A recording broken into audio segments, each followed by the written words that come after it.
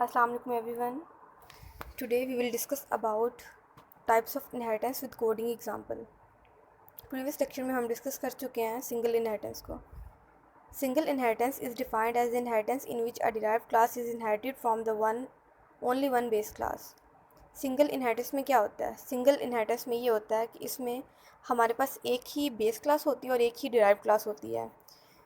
यहाँ पे दो रेक्टेंगल्स हैं और जो एरो है वो क्लास बी की तरफ आ रहा है. यहाँ पे जो रेक्टेंगल्स हैं वो किसको डिनोट कर रहे हैं? जो फर्स्ट वाला रेक्टेंगल है वो क्लास ए को डिनोट कर रहा है और जो सेकंड वाला रेक्टेंगल है वो क्लास बी को डिनोट कर रहा है. यहाँ पे जो क्लास ए है वो हमारे पास क्या है? वो हमारे पास बेस क्लास है और क्लास बी जो सी है हमारे पास कौन सी क्लास है? वो डिराइव क्लास है. अब हम इसकी कोडिंग एग्जांपल को डिस्कस करेंगे. स्टार्ट करते हैं हम. हैश इंक्लूड आयो स्ट्रीम. इसका क्या मतलब है? ये हम बेसिकली अब एक स्ट्रीम ऐड कर रहे हैं अपने प्रोग्राम के अंदर, अपने कोड के अंदर एक स्ट्रीम ऐड कर रहे हैं जिसमें हम क्या फ़ंक्शन परफॉर्म कर सकें, इनपुट का फ़ंक्शन परफॉर्म कर सकें और आउटपुट का फ़ंक्शन परफॉर्म कर सकें. आयो स्ट्रीम का मतलब है इनपुट आउटपुट स्ट्रीम. ये एक स्ट्रीम चल रही है इनपुट की और आउटपुट की. यहाँ पे हम यूज़र से इनपुट ले सकते हैं और उसको आउटपुट जनरेट कर सकते हैं. नेक्स्ट लाइन पे हमारे पास आ गया using name space S T D. Using name space S T D इसका क्या मतलब है? बेसिकली नेम स्पेस हमारे पास ना एक स्कोप है, एक स्टैंडर्ड है. ठीक है, हम इसको यूज़ क्यों करते हैं? हम इसको यूज़ इसलिए करते हैं ताकि हम कुछ डिफ्रेंशिएट कर सकें. हमारे पास कुछ प्रॉब्लम्स आती हैं सेम नेम के साथ, हम उनको डिफ्रेंशिएट कर सकें. हमारे पास कुछ वेरिएबल्स के नेम, कुछ फंक्शंस के नेम जिनके हम सेम रख देते हैं और हमारे पास ये प्रॉब्लम आती है कि हमने एक्सेस किसको करना है और वो कौन सी लाइब्रेरीज़ में पड़े हुए हैं और कंपाइलर को नहीं पता होता कि ये कौन कौन सी लाइब्रेरी के फंक्शंस हैं, कौन कौन सी लाइब्रेरी के वेरिएबल्स हैं, तो हमने एक्सेस किसको करना है. सो इसलिए हम उसको स्कोप डिफ़ाइन कर देते हैं, उसका स्कोप डिफ़ाइन कर देते हैं. ठीक है, तो क्या करते हैं हम इसकी, मैं अगर आपको रियल लाइफ एग्जांपल दूंगी तो आपके कॉलेज में क्या होगा, आपके पास कॉलेज में दो सेक्शंस हैं, एक एडीपी का सेक्शन है, एक बीएससीएस का सेक्शन है. तो इसमें क्या होगा, इसमें आपके जितने भी रोल नंबर्स होंगे ना वो डिफ्रेंशिएट करेंगे क्योंकि वो यूनिक होंगे, एक दूसरे से डिफ्रेंशिएट करेंगे, वो यूनिक होंगे. जैसे आपका आईडी कार्ड सीएनआईसी जो नंबर होता है, आपका आईडी कार्ड नंबर, वो डिफ्रेंशिएट करता है. क्यों? क्योंकि वो यूनिक होता है. इसी तरह जो आपका रोल नंबर है वो भी यूनिक होता है. तो आपके यूनिवर्सिटी में क्या होगा, आपके कॉलेज में क्या होगा, दो सेक्शंस हैं, इन दोनों सेक्शंस में सेम नेम के ना बच्चे हैं. ठीक है, लेकिन उनके जो रोल नंबर्स होंगे वो डिफरेंट होंगे. ठीक है, तो अगर कोई घर से उनकी कॉल आई है, उनकी कोई मीटिंग आई है और वो कह रहे हैं जी आयशा को बुला लाएं, तो आयशा के तो दो नाम हैं. अब हमें कुछ एडिशनल इन्फॉर्मेशन भी तो चाहिए ना. हमें क्या पता कि वो बच्ची जो है वो बीएससीएस की है या फिर एडीपी की है. तो हम क्या करेंगे, हमें ये चीज़ नहीं पता, तो हम एडिशनल इन्फॉर्मेशन उनसे पूछेंगे. हम बोलेंगे कि उस स्टूडेंट का रोल नंबर क्या है. तो जब हमें वो रोल नंबर बताएंगे तो फिर ही हमें पता चल सकेगा कि वो बच्ची एडीपी की है या फिर बीएससीएस की है. तो ये क्या हो गई है, ये इसमें एम्बिग्यूटी आ गई है. ठीक है, डुप्लीकेशन आ गई है नेम्स में. तो इसीलिए हम ये स्कोप डिफ़ाइन करते हैं using name space S T D कि हम अगर हमारे कोई वेरिएबल्स या फंक्शंस के नेम अगर हम सेम रख दें तो उसको क्या, हम ये जो प्रॉब्लम है उसको डिफ्रेंशिएट कर सके, वो नेम स्पेस उस लाइब्रेरी को जाके ही बता सके. इसलिए हमने एक स्कोप डिफ़ाइन कर दिया ताकि वो रेलिवेंट लाइब्रेरी से जाके वो चीज़ों को एक्सेस कर सके. अब हम यहाँ पे हमने एक क्लास बनाई है एनिमल के नेम से. ठीक है, और उसमें हमने एक फंक्शन बनाया वॉइड ईट. ईट का एक फंक्शन बनाया. सी आउट हमने करा लिया. हमें पता है सी आउट का फंक्शन हम क्यों यूज़ करते हैं, आउटपुट शो कराने के लिए. तो वो क्या कर, नेक्स्ट आ गया हमारे पास एक क्लास हमने बनाई है डॉग. ठीक है, ये हमारे पास कौन सी क्लास है, हमारे पास डिराइव क्लास है. इसमें हमने जो बेस क्लास को इनहेरिट किया हुआ है, पब्लिक एनिमल. एनिमल हमारे पास बेस क्लास है. इसमें हमने क्या किया है, इसमें हमने एक फंक्शन बनाया बाग के नेम से. डॉग क्या करता है, बाग करता है.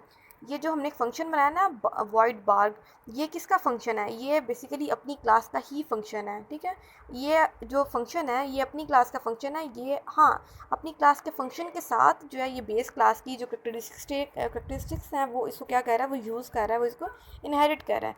लेकिन इसके अपना भी ये फंक्शन है एक एडिशनल, और उसका क्या काम है, बार्किंग. सी आउट क्या करा रहा है, बार्किंग. अब हम मेन में आ जाएंगे. हमने एक फंक्शन बनाया मेन का. इसमें हमने क्या किया, हमने एक ऑब्जेक्ट बनाया. किसका, हमने डिराइव्ड क्लास का ऑब्जेक्ट बनाया विद नेम D1. अब हमने जिसको भी जोन से फंक्शन को कॉल करना है, हमने कौन से ऑब्जेक्ट के साथ कॉल करना है, D1 के साथ.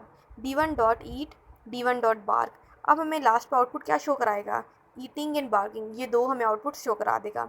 नेक्स्ट हमारे पास टाइप आ जाती है मल्टी लेवल इनहेरिटेंस। इसमें क्या होता है, multi level inheritance is the process of deriving a class from another derive class. इसमें बेसिकली हमारे पास 3 क्लासेस हैं, हमारे पास 2 बेस क्लासेस हैं और बी भी डिराइव क्लास है और सी भी डिराइव क्लास है, लेकिन बी हमारे पास बेस क्लास भी है। हम क्या करते हैं इसमें, ए और बी, अगर हम ए और बी में कंपैरिजन करें तो ए हमारे पास बेस क्लास है और जो बी है वो डिराइव क्लास है। इसी तरह अगर हम बी और सी को डिफ्रेंशिएट करें, इन दोनों को डिस्कस करें, तो बी हमारे पास बेस क्लास है और सी हमारे पास डिराइव क्लास है। ठीक है, इसीलिए हम बी को क्या करेंगे, इंटरमीडिएट बेस क्लास हम कहेंगे। इसका हम प्रोग्राम डिस्कस कर लेते हैं यूजिंग सिंपल। पहले हमने हेडर फाइल इंक्लूड कराई है। नेक्स्ट हम आ गया यूजिंग नेम स्पेस एसटीडी, हमने उसका स्कोप हमने डिफाइन कर लिया है। नेक्स्ट हम आ जाते हैं, एक हमने क्लास बनाई है विद नेम एनिमल, उसमें हमने फंक्शन बनाया वॉइड ईट का एक फंक्शन हमने बना लिया। सी आउट हमने क्या कराया, ईटिंग। नेक्स्ट हमने क्लास डॉग के अंदर हमने किसको, कौन सी क्लास को इनहेरिट कराया, एनिमल को हमने इनहेरिट करा लिया। अब नीचे हमने फंक्शन बनाया है डॉग का, क्लास डॉग का हमने फंक्शन बनाया बार्क, बार्क का फंक्शन बनाया, सी आउट क्या कराया, बार्किंग हमने करवा लिया है। नेक्स्ट हमने एक और हमने फंक्शन क्लास बनाई है baby dog with name baby dog. Baby dog के अंदर हमने किसको इनहेरिट कराया, कौन सी क्लास को, डॉग को इनहेरिट करा दिया। अब हमने बेबी डॉग का क्या फंक्शन बनाया, बेबी डॉग का क्या फंक्शन है, वॉइड वीप रोना उसका फंक्शन है। अब हमने मेन का फंक्शन नीचे बना लिया है। ठीक है, मेन का फंक्शन बना के हमेशा हमने जब इनहेरिटेंस करनी है और हमने ऑब्जेक्ट किसका बनाना है, हमेशा हमने डिराइव क्लास का ऑब्जेक्ट यहाँ पे बनाना है। बेबी डॉग का हमने ऑब्जेक्ट बनाया विद नेम D1। अब हमने जो भी ऊपर फंक्शंस कॉल करने हैं वो हमने D1 के साथ कॉल करने हैं, D1 dot eat, D1 dot bark, D1 dot weep. Last में हमें जो आउटपुट वो शो करा देगा, क्या शो कराएगा, ईटिंग बार्किंग वीपिंग, 3 आउटपुट्स हमें शो करा देगा। नेक्स्ट हमारे पास टाइप आ गई है multiple inheritance. Multiple inheritance basically क्या होता है, multiple inheritance is a process of deriving a new class that inherits the attributes from more classes.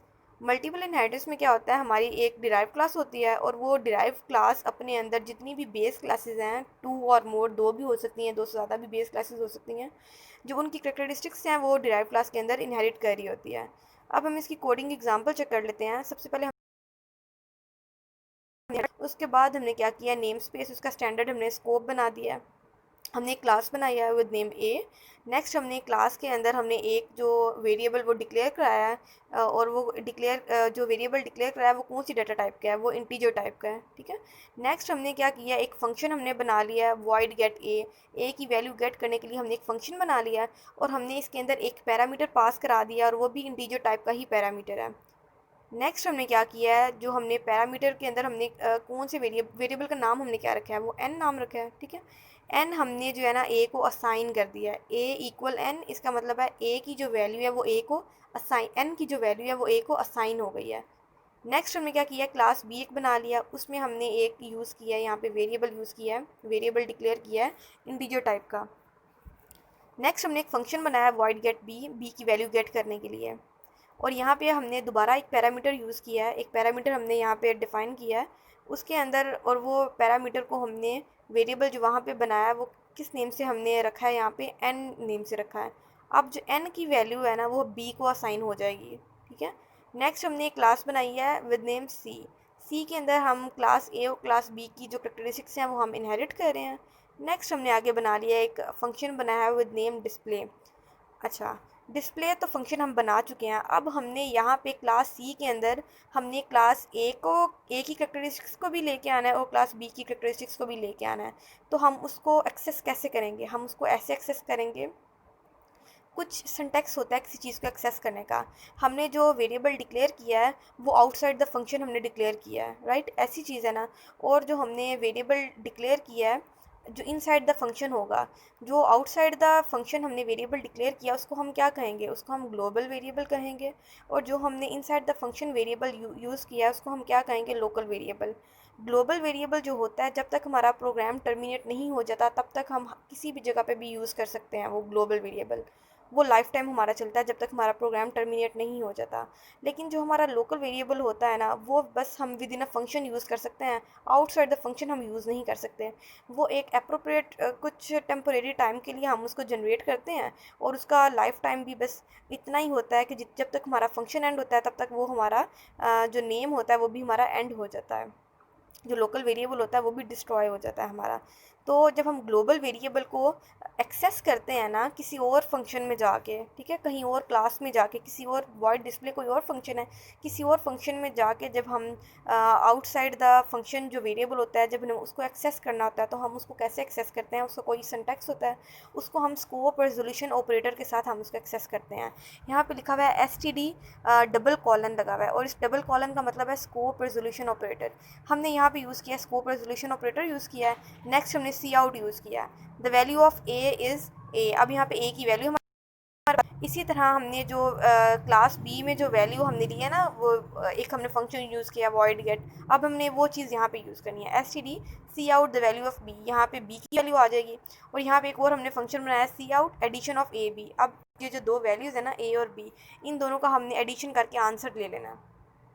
अब हमने एक फ़ंक्शन बनाया, मेन में फ़ंक्शन बनाया। हमने जो हमारी बिल्कुल लास्ट डिराइव क्लास थी उसका नेम क्या था, सी। सी का हमने ऑब्जेक्ट बनाया विद स्मॉल सी से, ठीक है। सी डॉट गेट ए, सी में हमने ए की वैल्यू गेट कर लिया, और हम अंदर हमने एक पैरामीटर रखा है। पैरामीटर वो कौन सा था, इंटीजर टाइप का। इंटीजर टाइप का पैरामीटर है, तो इसलिए यहाँ पे 10 आ गया। अगर वो फ्लोट टाइप का पैरामीटर होता तो हमने यहाँ पे क्या 10.0 हो सकता था, 10.1, मतलब कि पॉइंट्स में वैल्यू आनी थी। सी डॉट गेट बी, हमने यहाँ पे बी की वैल्यू गेट करनी है, तो यहाँ पे क्या होगा 20 आ गया। 20 एक पैरामीटर, हमने जब क्लास बी में भी वो लिया था पैरामीटर पास किया था तो वो इंटीजर टाइप का था। अगर वो फ्लोट टाइप का वेरिएबल होता, फ्लोट टाइप का होता, तो डाटा टाइप का होता, तो हम क्या करते हैं वहाँ पे 20.01, मतलब यहाँ पे पॉइंट्स में वैल्यू आनी थी। अब सी डॉट डिस्प्ले, हमने उसको डिस्प्ले करना है। अब आउटपुट क्या हमें शो कराएगा, the value of A is 10, the value of B is 20। अब इन दोनों का एडिशन जब हम करेंगे तो हमारे पास क्या आ जाएगा, आंसर में क्या आ जाएगा, हमारे पास 30 आ गया। हम नेक्स्ट जो हमारे पास है एग्जांपल हम वो डिस्कस करते हैं, C plus plus hybrid inheritance. Hybrid inheritance ये भी कि इनहेरिटेंस की टाइप्स है। हाइब्रिड इनहेरिटेंस नेम से ही है, मैंने आपको पहले भी बताया था कि hybrid inheritance is the combination of two types of inheritance. और वो टू टाइप्स कौन सी हैं, it is a combination of multi level inheritance plus multiple inheritance. इसमें हम मल्टी लेवल भी यूज़ कर रहे हैं और मल्टीपल भी यूज़ कर रहे हैं, ठीक है। डायग्राम आप देख सकते हैं। सेम हमने इसमें हेडर फाइल इंक्लूड किया है, नेम स्पेस इंक्लूड किया है। उसके बाद हमने क्या किया, एक क्लास बना लिया है। क्लास में हमने एक वेरिएबल डिक्लेयर किया है इंटीजर टाइप का। उसके बाद हमने क्या किया है, एक फंक्शन बना लिया गेट ए के नेम से, ठीक है। अब हमने क्या किया है उसी तरह, अब विद इन अ फंक्शन अगर हम जो आउटसाइड द जो ग्लोबल वेरिएबल जब हम एक्सेस करते हैं तो हम कैसे एक्सेस करते हैं, using scope resolution operator, S T D scope resolution operator. C out enter value of A की वैल्यू एंटर कर दिया हमने, यहाँ पे सीन करा लिया हमने। अब क्लास बी हमने ले लिया, क्लास बी में हम क्लास ए की कैरेक्टरिस्टिक्स इनहेरिट करा लिया हमने। यहाँ पे हमने जो वेरिएबल डिक्लेयर किया वो इंटीजर टाइप का वेरिएबल डिक्लेयर किया। उसके बाद हमने एक फंक्शन बनाया गेट बी, बी की वैल्यू गेट करने के लिए हमने एक फंक्शन बनाया। अब यहाँ पे जब हम ग्लोबल वेरिएबल इंटीजर बी जो है वो वेरिएबल है, ग्लोबल वेरिएबल जब हम within a function use करते हैं तो हम उसको with by using scope resolution operator use करते हैं, ठीक है। इस तरह हम यहाँ पे बी की वैल्यू एंटर करवा लेंगे और सीन करा लेंगे। अब हमने एक क्लास बनाई है विद नेम सी। इसी तरह हमने एक वेरिएबल डिक्लेयर कराया है विद नेम सी। यहाँ पे हमने एक फंक्शन बनाया गेट सी, सी की वैल्यू गेट करने के लिए हमने एक फंक्शन बनाया। इसी तरह यहाँ पे हम जब ग्लोबल वेरिएबल सी हम within a function use कर रहे हैं तो हम कैसे यूज़ करेंगे, by using scope resolution operator, S T D scope resolution operator. C out enter the value of C is S T D, और cin हम करा लेंगे। अब लास्ट में बेसिकली हमने क्लास बनाई है क्लास डी। अब क्लास डी के अंदर हमने दो क्लासेस जो हैं वो इनहेरिट कराई हैं, क्लास बी और क्लास सी को हमने इनहेरिट कराया है, क्लास ए को इनहेरिट हमने नहीं कराया। यहाँ पे हमने एक वेरिएबल डिक्लेयर कराया इंटीजर टाइप का विद नेम डी। यहाँ पे हमने एक फंक्शन बनाया वॉइड मल्टीप्लाई का एक फंक्शन हमने बना लिया, और उसके अंदर हमने क्या किया है गेट ए की वैल्यू गेट कर लिया है, ठीक है। गेट बी, बी ये बेसिकली फंक्शंस हैं, get A get B get C, इन तीनों की वैल्यूज़ यहाँ पे हम गेट करेंगे। अब लास्ट पे हम S T D scope resolution operator सी आउट। अब हमने यहाँ पे क्या करना है, इन तीनों का एक्चुअली एम यू एल का मतलब है मल्टीप्लाई। यहाँ पे हमने ए बी सी इन तीनों की मल्टीप्लिकेशन करके जो आंसर आएगा वो हमने शो कराना है। Multiplication of A B C is A asterisk B asterisk C. Asterisk का मतलब यहाँ पे मल्टीप्लाई ही होगा, तो हमने इन तीनों को मल्टीप्लाई करके आंसर शो कराना है। अब मेन में आ जाएंगे, हमने लास्ट हमारे पास डिराइव क्लास कौन सी है, डी। डी का हमने ऑब्जेक्ट बना लिया स्मॉल डी से, डी डॉट मल्टीप्लाई, मल्टीप्लाई का फंक्शन हमने यहाँ पे कॉल किया है, रिटर्न 0। अब यहाँ पे आउटपुट हमें क्या शो कराएगा, enter value of A 10, enter value of B 20, enter value of C 30। अब ये तीन वैल्यूज़ हमारे पास आ गई 10, 20, 30। अब इन तीनों को जब हम मल्टीप्लाई करेंगे तो हमारे पास आंसर क्या आ जाएगा 6000। हमारे पास लास्ट जो इनहेरिटेंस की टाइप्स है वो है हायरार्किकल इनहेरिटेंस, ठीक है। Hierarchical inheritance is defined as the process of deriving more than one class from a base class. हमारे पास यहाँ पे आती हैं वो सारी हमारे पास डिराइव्ड क्लासेस होती हैं, ठीक है।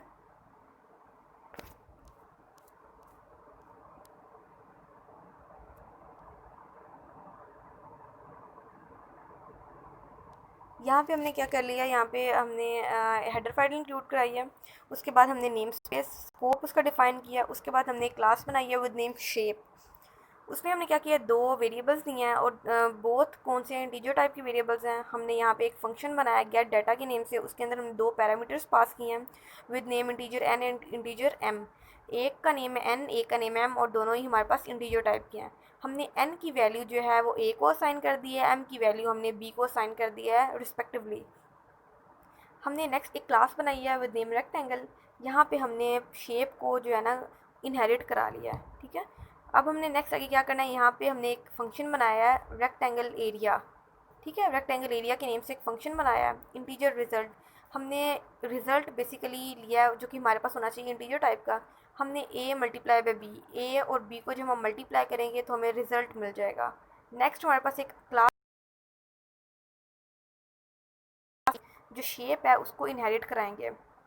शेप शेप हमारे पास क्या है, हमने जितनी भी डिराइव्ड क्लासेस बनानी है ना, हमने जो हमारी फर्स्ट वन जो बेस क्लास होगी ना, हमने हमेशा उसी को ही इनहेरिट कराना है, ठीक है। शेप पहले भी हमने रेक्टेंगल में भी हमने शेप को इनहेरिट कराया है, अब हमने ट्राइंगल में भी क्या करना है, शेप को इनहेरिट करा लेना है। यहाँ पे हमने इंटीजर ट्राइंगल, अब ट्राइंगल के एरिया की बात आई है। फ्लोट रिजल्ट, अब हमारा रिजल्ट जो हो वो फ्लोट में हो, मतलब कि जो पॉइंट्स में हमारा आंसर आना चाहिए। 0.5 multiply by A multiply by B, ठीक है। ये फार्मूला आ जाएगा, ये बेसिकली फार्मूला है जो इसका ट्राइंगल का फार्मूला ही है। नेक्स्ट हमारे पास हमने एक फंक्शन बनाया मेन में। हमने यहाँ पे क्या किया है, एक हमारे पास बेस क्लास का तो हमने कभी भी, आपको पता है, हमने ऑब्जेक्ट नहीं बनाया, हमेशा हम जो डिराइव क्लासेस का ऑब्जेक्ट बनाते हैं। तो यहाँ पे हमारे पास कितनी डिराइव क्लासेस हैं, हमारे पास यहाँ पे दो डिराइव क्लासेस हैं। एक का नेम है हमारे पास रेक्टेंगल और सेकंड वन का नेम है ट्राइंगल। रेक्टेंगल का जो हमने बनाया ना ऑब्जेक्ट, वो हमने आर से बनाया और ट्राइंगल का टी से बनाया। अब यहाँ पे इंटीजर में हमने क्या रखा है, बेसिकली लेंथ, ब्रेथ, बेस और हाइट, ये चीज़ें हमने इंटीजर में रखी हैं। अब हमने क्या कर लिया, एस टी डी और सी आउट, ये हमने यूज़ किया स्कोप रेजोल्यूशन ऑपरेटर। क्यों हमने स्कोप रेजोल्यूशन ऑपरेटर यूज़ किया, क्योंकि हमने पहली वाली वैल्यूज़ यहाँ पे हम उसको कॉल करने लगे हैं, यहाँ पे हम एक्सेस कराने लगे हैं। Enter the length and breadth of a rectangle, वो कह रहा है यहाँ पे लेंथ और ब्रेथ हम एंटर करें किसकी, रेक्टेंगल की। सी इन करके हमने लेंथ एंड ब्रेथ हमने कर दिया है। अब R dot get data, are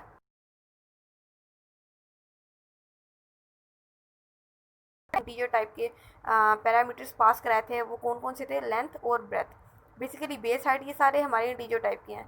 अब हमने नेक्स्ट आगे क्या किया, इंटीजर एम, एक एम नेम का इंटीजर ले लिया, equal R dot rectangle area, ठीक है। आर डॉट रेक्टेंगल एरिया, क्योंकि हमने ऑब्जेक्ट जो बनाया है, रेक्टेंगल का जो ऑब्जेक्ट बनाया है वो विद स्मॉल आर से बनाया है, तो उसको हमने क्या करना है, आर डॉट रेक्टेंगल एरिया का जो फंक्शन है उसको हमने कॉल कर लेना है यहाँ पे। इसी तरह यहाँ पे हमने स्कोप रेजोल्यूशन ऑपरेटर का यूज़ करना है, S T D scope resolution operator. C out enter the base and height of triangle, यहाँ पे हमने क्या करना है, ट्राइंगल की बेस और हाइट हमने यहाँ पे एंटर करनी है। सीन हम कराएंगे इनपुट कराने के लिए, बेस और हाइट इनपुट कराने के लिए। T dot get data, T हमने क्या, टी किसका ऑब्जेक्ट बनाया, हमने ट्राइंगल का ऑब्जेक्ट बनाया है, उससे हमने किसको कॉल किया, गेट डाटा, डाटा को हमने गेट किया है, वो बेसिकली हमने फंक्शन यहाँ पे यूज़ किया है। बेस एंड हाइट, इसमें आ जाएगी, बेस भी आ जाएगी और हाइट भी आ जाएगी।